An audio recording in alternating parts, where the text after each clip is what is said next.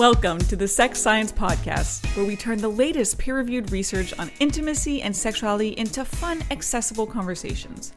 Generated by AI and fact-checked by experts, the Sex Science Podcast was created by LaShaw to empower you through knowledge. So, join us as we explore pleasure, relationships, human connection, and everything in between. All right, let's do a deep dive today into something maybe unexpected.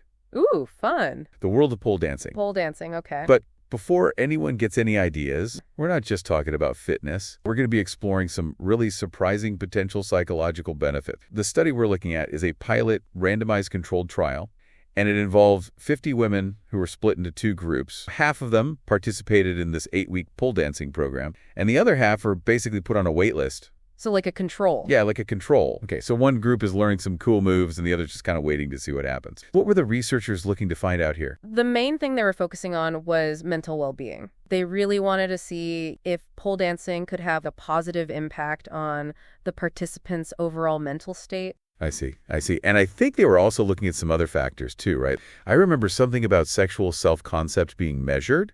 Yeah, you're totally right. Yeah. They were also measuring things like sexual self-efficacy. So basically, that's like how confident someone feels about their sexuality, along with body appreciation and self-esteem. Okay, so lots to unpack. Did pole dancing actually make a difference? Did they find anything? This is where it gets interesting. The group that participated in the pole dancing, they showed significant improvement in mental well-being compared to that control group. Their sexual self-efficacy increased, their body appreciation went up, and they even had a reduction in sexual anxiety. Wow, that's pretty amazing. Yeah, pretty cool.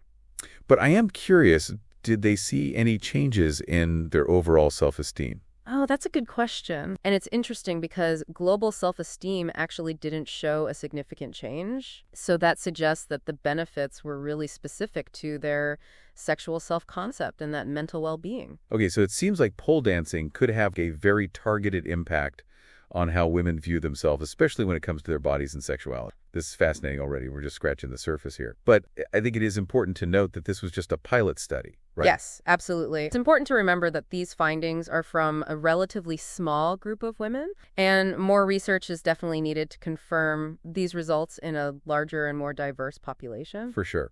But even as a pilot study, it definitely gives us something to think about. It really does. And it raises so many questions. Why would pole dancing have these particular effects? What's going on here? Well, one of the key things the researchers pointed to was the incredible amount of body control and strength that pole dancing requires. Okay, yeah, I can imagine mastering those moves and holding yourself up on the pole would build some serious confidence. Exactly. It's about pushing your physical limits and realizing you know what your body is capable of, which could naturally lead to a more positive self-image. Right, so it's not just about looking good, it's about feeling good and capable in your own skin. But couldn't some of these benefits just come from exercising in general? That's a great question. And you're right. There is a lot of research showing the positive psychological and biological effects of exercise. Things like endorphin release, stress reduction, improved mood. But you're thinking there's something more to it with pole dancing.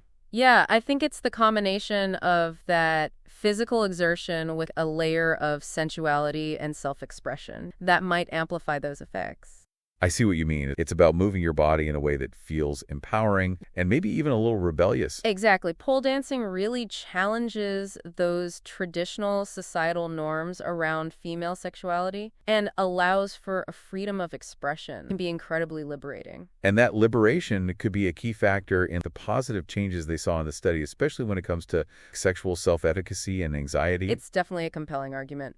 Now, before we go any further, it is important to note that the study did have some specific criteria for the participants. Oh, right. They weren't like seasoned pole dancers or anything. No, not at all. In fact, they specifically chose women who were relatively new to pole dancing with limited prior experience. So these are significant improvements after just 8 weeks of pole dancing. For beginners. Yeah, for beginners, that's pretty remarkable. It is. So you don't have to be an expert to start reaching the benefit. This is all so intriguing, but I'm wondering, Where do we go from here? What are the next steps in understanding this connection between pole dancing and mental well-being? Well, the researchers themselves highlighted the need for more research. They also emphasized the importance of exploring the long-term effects of pole dancing. Right, like do those benefits last beyond those initial 8 weeks? Exactly. Do they continue to grow with continued practice? Right, and I imagine there's so many other angles to explore. We could compare the effects of pole dancing to other forms of exercise or even therapeutic interventions. It would also be fascinating to see how cultural backgrounds and individual experiences influence the perceived benefits. It feels like we're just at the beginning of understanding the potential here. Totally, and that's the beauty of research like this. It opens up new avenues of exploration, and it challenges us to rethink our assumptions about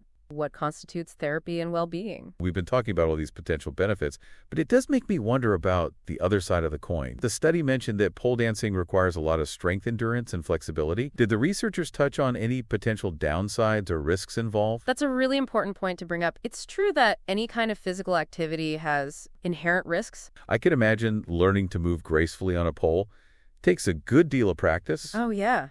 And probably some expert guidance? Absolutely. And just like starting any new exercise routine, it's always wise to talk to your doctor first, especially if you have any existing health conditions. So it's not as simple as just grabbing a pole and hoping for the best. You really need to be aware of your body and its limits. Yeah, and that actually connects back to what we were discussing earlier about body awareness and control. Pole dancing can be very empowering, but it's key to approach it with a healthy amount of caution and self-care. I think that's a great point to wrap up on this deep dive. Has been full of fascinating insights. And honestly, it's really challenged some of my own assumptions about pole dancing. We've explored this unexpected world and uncovered its potential to not just improve physical fitness, but also boost mental well-being and even someone's sense of self. And while it's clear that more research is needed, this pilot study really gives us a glimpse into the power of movement self-expression and being open to unconventional approaches when it comes to personal growth. Could have said it better myself. So as you go about your day, we encourage you to carry this new perspective with you. Think about it. What could you do to challenge your own perceptions of what therapy or well-being truly means? That's something to ponder. Until next time, keep exploring, keep questioning, and keep an open mind. Thank you for listening to the Sex Science Podcast brought to you by LaShaw. We hope that you learned something new about the wonderful world of human intimacy and sexuality, and join us next time as we dive into more fascinating research. And remember, science is for you. Music for this podcast was produced by SOUNDRAW.